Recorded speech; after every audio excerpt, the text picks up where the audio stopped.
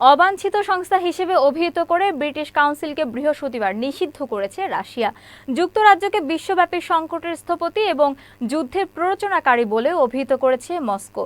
2022 সালে রাশিয়া ইউক্রেনে পূর্ণাঙ্গ সামরিক আক্রমণ শুরু করার আগে থেকেই লন্ডন মস্কোর সম্পর্ক তলানিতে ছিল।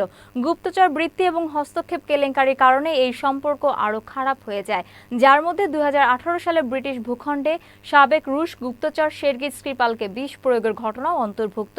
রাশিয়ার প্রসিকিউটর জেনারেল ব্রিটিশ কাউন্সিলের বিরুদ্ধে ইংরেজি শেখানোর আড়ালে ব্রিটিশ স্বার্থ প্রচারের চেষ্টা এবং এলজিবিটি আন্দোলন সমর্থন করার অভিযোগ করেছেন, যা রাশিয়ায় নিষিদ্ধ। এতে আরও বলা হয়, রাশিয়ান ফেডারেশনের দেশীয় ও বিদেশি নীতিগুলোকে পদ্ধতিগতভাবে অসম্মানিত করার জন্য বিভিন্ন প্রকল্প বাস্তবায়ন করা হচ্ছে।